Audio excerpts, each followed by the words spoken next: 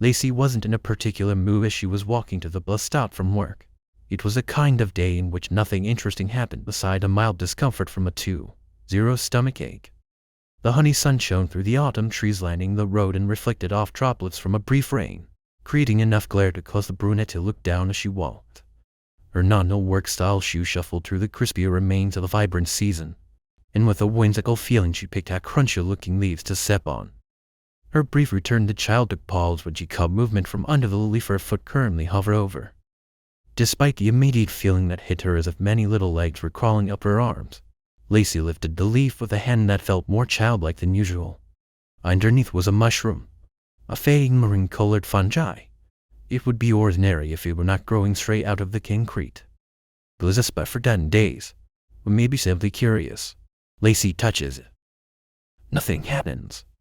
The woman returns to her walk, looking straight ahead and feeling silly. At the bottom of a hill, one girl holds another girl's hands close to her heart. Rose, how do you know so much about all this plant stuff anyways? They're not plants, stupid, hey. Then what are they, huh? Animals, one girl said in a huff. No, they're neither. They don't get energy from the sun or from other plants and animals. They eat us. They eat the earth. Don't be gross. I still don't get anyways. The girl sticks her tongue out and laughs brighter than that spot of the world had ever seen. Lacey wakes up the next morning with a pounding headache and an icy cold in her limbs. Her stomach growls as if she hadn't eaten anything the night before. Groggy and confused, she stumbles her way into the bathroom to brush her teeth. Warm yellow light fills the room as Lacey harshly squints to adjust. After a glance up at her reflection, Lacey freezes. Winter white veins stretch across her face and hands. Thousands of infinitesimal threads branch from her neck and ears towards her eyes, while a couple of thick arteries hum threaded way across her knuckles and upper wrists.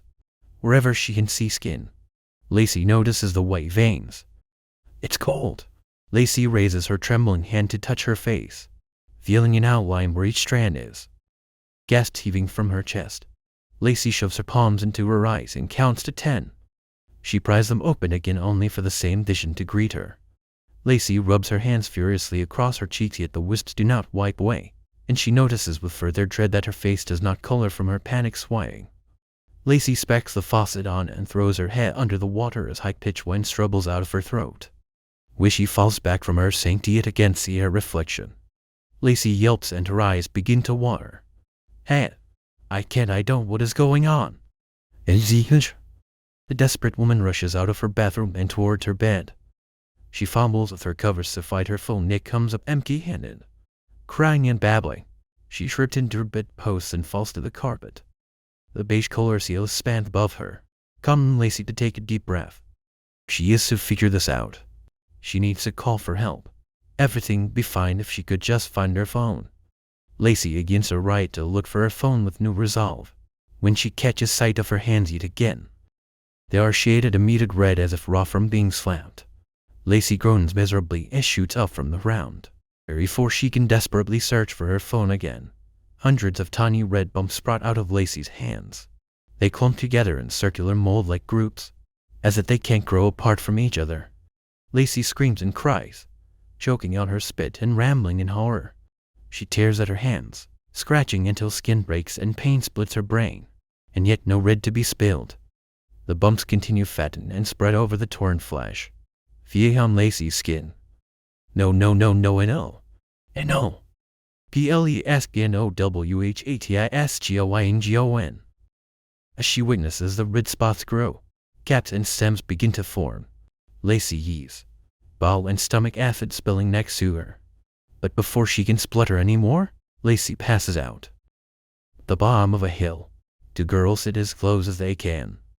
So with that one call Rose. One girl asks, pointing to a picture of a book. You can read. It says it right there. Shut up. I can't pronounce that. Ah. Kids like Arabic color. They grow into over dead bodies. You gross. It's such pretty color though. Doesn't it kind of sound like your name? Bacteria. It's pretty. The other girl smiles shyly and looks away. When Lacey wakes again, her brain feels as if it was split open, and her body feels as if she was racked carelessly over steak and stone. When she notices her surroundings, She thinks that may will have actually happened. She's lying up in the middle of the woods. We're on like the only company it's a reckon. Lacey suddenly jolts and looks down at her hands. They look as they did the day before. Flush in place and warm. The woman heaves a breath of relief and shakes her head erratically. She then notices what she is laying in. She's surrounded by patches of mushrooms varying from maroon to bright orange. Interest by a sight, Lacey blinks slowly. They almost remind her of something. Getting to her feet, Lacey looks around and realizes she's at the bottom of a hill.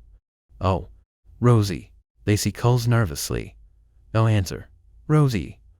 You know I'm sorry. You know I didn't mean it and I. Lacey chokes when she catches sight of a medium-sized rock protruding from the ground. It's drenched in red mushrooms, red leaves, red in red. Lacey trips over her leg to stalls to the rock in horror and throws her body over it. The stone is jagged against Lacey's chest, but she digs herself further onto it. Oh, Rose. Rose. I'm so sorry. It wasn't supposed to happen like this. Can't you please forgive me? I thought you. Decay with me. The wind boxes the trees, creatures twitter, and wood creaks. Nothing else makes a noise. Mushrooms tend to grow quickly and densely. They start in small groups of equal-sized buds, and as they grow larger they develop caps and stems.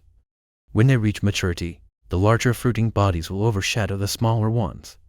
It's easy to pick mushrooms, as they will often come out in one clump. They grow inseparable and die inseparable. At the top of a hill, one girl holds the heart of another girl. Rose, don't be gross. Seriously. I am serious. You can forget this ever happened, but don't pretend I'm lying. Then take it back. Don't make this weird. I didn't know you were fucking like that. Are you really Come on, Lacey. Don't be like this. I really do like you. One girl pushes the other way, and she falls down, cracking redder than the spa the world had ever seen. At the bottom of a hill, two girls lay entwined forever.